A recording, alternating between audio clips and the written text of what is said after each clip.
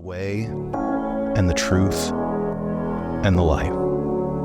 No one comes to the Father except through me. Jesus invites all of us to practice his way, to be with him, to become like him, to do as he did.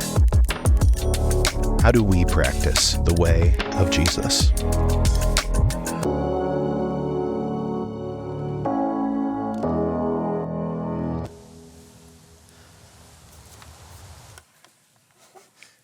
Good morning.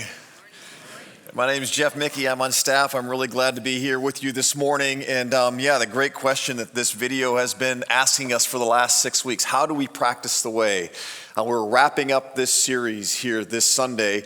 And this morning, I want to propose to you that practicing the way of Jesus is a team sport.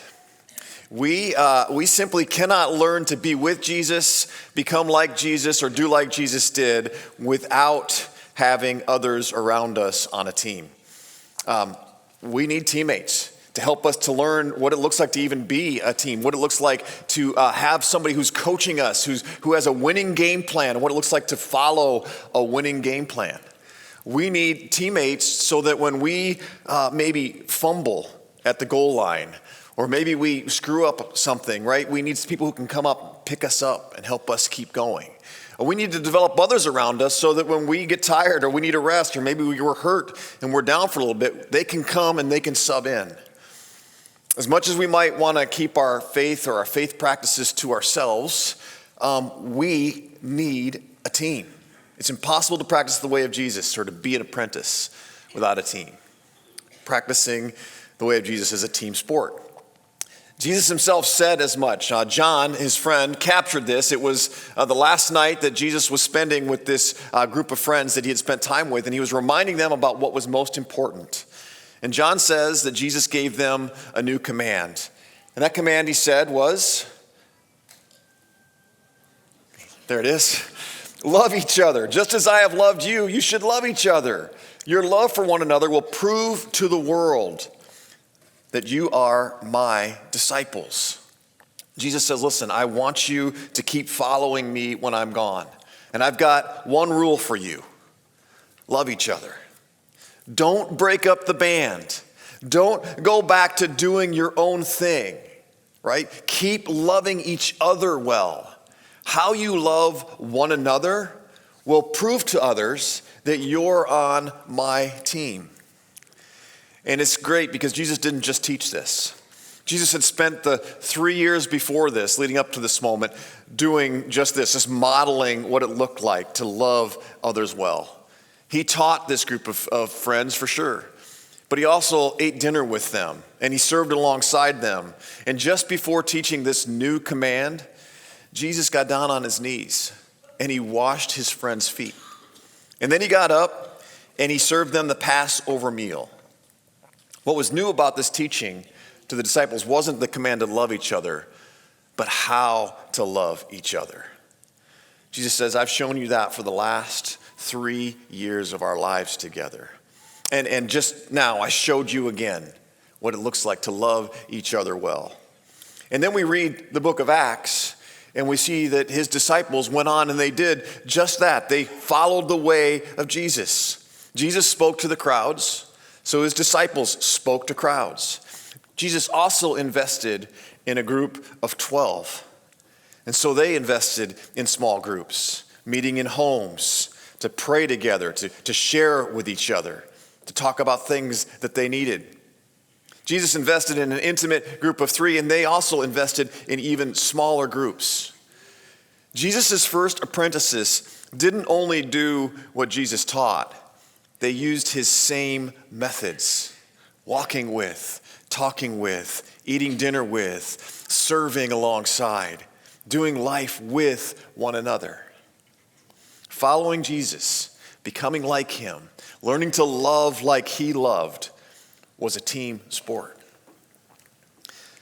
For many of us today, that's not the case. I think we have mixed feelings about this. In fact, our culture of radical individualism kind of fights against Jesus' methods. And that's not just my opinion. More than half of all Christians, 56%, according to Barna, say that their spiritual life is totally private. And another 2 in 5, 40%, say they've never been involved in any kind of spiritual formation or faith-based relationship. Think about that. And then I want you to imagine with me for a minute that you've discovered the love for a new sport, the sport of wrestling. And you want to get really good at this sport. You want to make the team. Not only make the team, maybe you want to win a state title. Maybe you want to make the Olympics someday, but you know you want to get good at wrestling. And you're in luck. The greatest wrestler, the greatest wrestling coach who ever lived, just an hour, 20 minutes down 380. And so you hop in your car and you drive to Iowa City. And you're heading into the arena with 10,000 other wrestlers and coaches who want to be really, really good at wrestling. And you walk in and you take your seat, and the legendary coach, Dan Gable, walks out onto the mat, kind of shuffles. His knees aren't very good. And he says, "Thanks for coming today." And he opens a big book.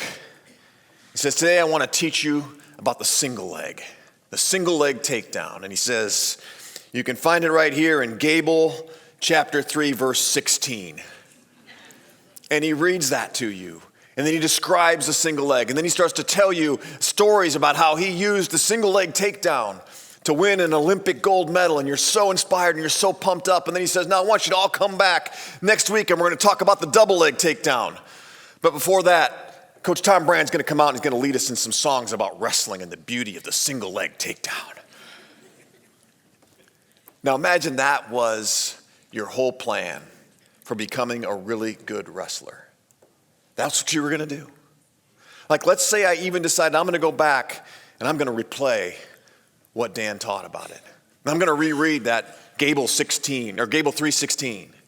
I'm going to memorize it. I might even practice in front of the mirror a little bit with myself. How good am I going to be at wrestling if that's my plan? If I don't have a team to drill with and to practice with and to go out and try it out with, how good of a wrestler will I become? I'll tell you, because this is my boys' experience when they tried wrestling in junior high. My oldest had learned about wrestling from his grandpa, who'd won a state title. His other grandpa had done some wrestling too. They told him stories about wrestling. He'd wrestled with other friends in the yard and with his little brother. Pretty good against his little brother, right? And little brother tried this too. Well, he got a little bit of coaching before he took that mat, but he had no experience wrestling. And went out early in his career and proceeded to pin himself. Yeah, right, without a lot of practice. He thought he was doing really well. He had his guy in a headlock. He was doing it, but he's laying flat on his back, and the guy's counting. And all of a sudden, hits the mat. He thinks he's winning, and they raise the other kid's hand. It's like, whoa, literally pinned himself, right? Sorry, Lewis, if you're watching. I won't even tell you about his brother's career. Here's all I'm trying to say. I take these words from another man, Mr. Putman. We can't divorce the teachings of Jesus from the methods of Jesus and expect the same results as Jesus. But if we're going to get good at following Jesus, being with him, being like him, doing like he did, we can't expect to get good at that without using the same methods that Jesus used. Following Jesus, being members of his family, being his church with his values, his life, doing what he did, is a team sport that requires us to use the methods, not just follow or listen to his teaching. Here's how it happened in the early church. All the believers in the church devoted themselves to the apostles' teaching and to fellowship and to sharing in meals and to prayer. And a deep sense of awe came over them all. And the apostles performed many miraculous signs and wonders. And all the believers met together in one place, and they shared everything they had. They sold their property and possessions and shared the money with those in need. They worshiped together at the temple each day. They met in homes for the Lord's Supper, and they shared their meals with great joy and generosity. And guess what? Their community grew. These earliest believers were devoted to Jesus' teachings as shared by his disciples and to Jesus' methods, fellowship, eating together, prayer, That word devoted, it means they gave constant attention to these things. Things like fellowship. And the Greek word for fellowship, koinonia, implies intimacy. It's talking about the same kind of unifying bond that Jesus shared with his Father. These disciples, they worshiped together, they prayed together in large gatherings in the church, and they met in small groups, sharing meals together, sharing generously with anyone in need. They're committed to Jesus' teachings and his methods. And they experienced his results. Did you catch that? They did what Jesus did. Not only did they love each other well, but they performed miracles and wonders. And they did that not because they were innovators. They did it because they were imitators. And they saw that belonging in community, being on a team, was not optional in practicing the way. Some of us are introverts, and this is hard for us. I know for me, sometimes I prefer Jesus and me instead of Jesus and we. And others of us, maybe we're a little afraid of intimacy, and we trade some of our in-person connection, our in-person relationships for online connections that offer the illusion of community without the demand and expectations of up-close personal relationships. Sherry Turkle, author of the book Alone Together, says that when that happens, when technology becomes our primary form of engaging with others, connection gets redefined as and replaces intimacy. And then she explains it this way. She says, when we can be tethered together and still hide from each other, we're both lonely and fearful of intimacy. We get scared of intimacy, so we take and trade intimacy for connection, and we end up lonely. Even if you're here this morning and you're not interested in being with Jesus or becoming like him or doing like he did, current research, sociologists will tell you that being in relationship is not optional, but it's essential to human flourishing. If you are human, you are made for relationships. Get this, our parasympathetic nervous systems are hardwired for connection with others in order to promote our well-being. When we become overwhelmed or we become really stressed out or emotional, our bodies actually have been created with a group of nerves with a biological imperative to look for safety in another person in order to give us the ability to relax and for our bodies to conserve energy, for us to find peace again. Finding peace, that wholeness we look for, is a team sport. Biologically, it's wired into us. And of course, just as true, the primary way that Jesus fulfills his promise of abundant life is by inviting us into and then forming us into the family of God, a family of love. Have you accepted that invitation? Are you part of his team with others?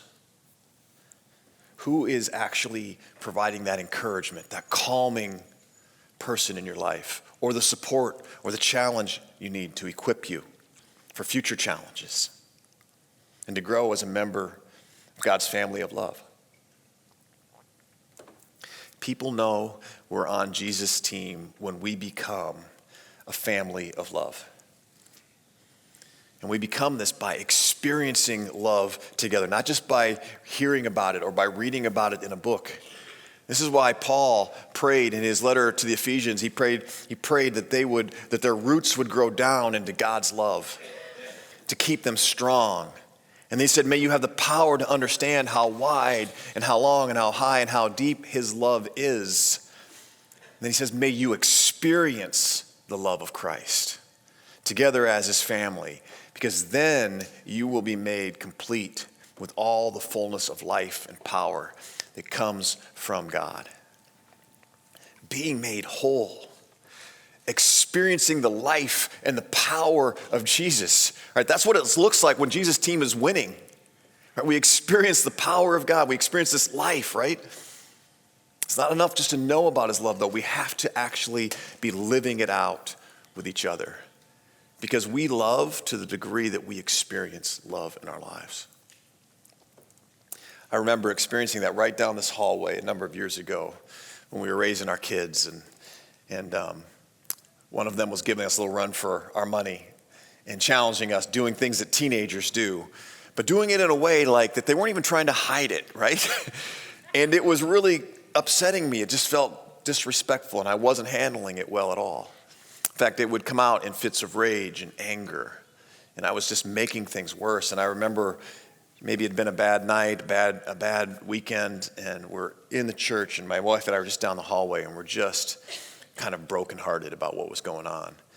And some good friends of ours are in the hallway with us, some people from a small group that we'd been in, Randy and Marla, and we're sharing with them. We're kind of being vulnerable about what's going on in our lives, and they just listened to us, and they looked at us, and they heard us, and they gave us some empathy and some compassion, and they shared some stories about, they're a little further down the road about their own experience raising kids, and it just encouraged us, just keep going. You guys are doing well.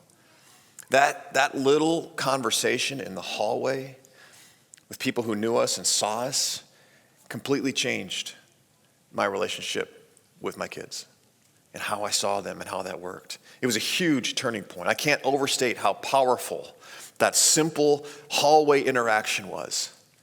And these interactions can happen anywhere when we are together with people who are on the team following Jesus together. Never underestimate the power of simply being on a team with other people committed to practicing the way of Jesus. And it's messy, and it's incomplete. But if we'll work at it, as it grows, right, it becomes beautiful. In fact, Paul says the power of God's love in us is capable of doing immeasurably more than all we could ask for or imagine. So how do we grow this? Or how do we practice this? We need a team to work this out, right, to train, some others to do this with. And I think when I look at the book of Acts, I see at least 4 things that this early group of followers have that we need as well in order to be able to practice well as a team together. I think it requires intimacy, commitment, accountability, and investment in others. Let's look at commitment first. The early apprentices of Jesus were devoted. It begins with devotion, with commitment. We read, all the believers devoted themselves to the apostles' teaching and to fellowship and to sharing in meals and to prayer. Their community was a result of their commitment. I think before we can even entertain the idea of maybe being intimate with others and having the vulnerability required to be intimate, we need a commitment to them. But not just a commitment to others, we need a commitment to grow. A commitment to allowing Jesus to form us in the way that Jesus wants to form us. And we know how to make commitments. We make a lot of commitments every day. We make the commitment to take care of ourselves, to take care of our family. We make the commitment to get up and go to work. Some of us commit to diet or exercise plans. We commit to coaching our kids' teams. Our kids commit to practicing a sport or maybe music or theater. And all of these commitments require intentional time and effort. And so does our commitment to being on a team with others. What does your commitment to being on a team with others look like? Who are you committed to spending time with to help you practice being with Jesus and becoming more like Jesus and doing like Jesus did? What's one next step you might need to make to become a growing member of God's family of love? These early followers were devoted.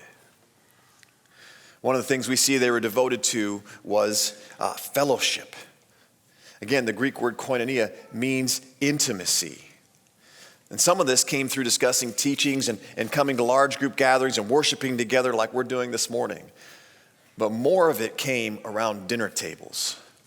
Like Doug taught earlier in this series, like being around a table, sharing a meal together. There was nothing more intimate than sharing that time together with family and with friends. And it's still an intimate thing today. They shared needs. They celebrated life celebrations. They shared their challenges, and they were committed to praying for each other, to meeting each other right where they were. I've had the privilege of being a part of men's breakfasts for the last 7 years or longer. And I love these breakfasts because it's a great way for guys to just get connected in the church and meet some other guys. And we have a lot of fun, but we also are pretty honest with them right from the front that we're going to be about more than just talking about how the Hawkeyes or the Panthers did, or the Cyclones. You're having a pretty good year, I'll give it up to you. But we're going to go deeper than that. We're going to actually talk about what does our relationship with God look like? What does our relationship with our families and other people in our lives look like? What are some of the challenges we're facing? Maybe some of the challenges we've had with sin or with pain or with past wounds. What are some of the growth areas I have in my character? This requires us to be a little vulnerable around tables. It requires us to not just bring our strengths, but to actually share our weaknesses too. And it goes against everything we've ever been taught about being strong. Right? Because we've learned that when there's weaknesses, we can get hurt. And so we've developed these coping skills, right, that protect those weaker areas of our lives or those things that maybe are potentially embarrassing to us. And that actually prevents us from experiencing more intimacy with others. See, our grief and our pain and our loss needs to be witnessed in order to be healed. That's where real friendship, that's where a real encouragement actually begins to happen. Our deepest wounds are actually, they come from relationships, but so does our deepest healing. Sometimes the most heroic thing we can do is be vulnerable with another person.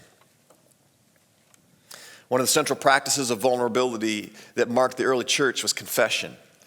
And far from what we might think about confession today, it's more than just naming our sin and beating ourselves up in public. Sometimes, yes, we talk about our sin, but it's also recognizing our wounds. And it's recognizing in the presence of people who love us and who are trying to become whole with us. And it's about confessing who God is and who we are in Christ so that we can leave shame behind and we can actually experience the love of Christ together as a family. Ephesians says that's when we will be made complete with all the fullness and power that comes from God.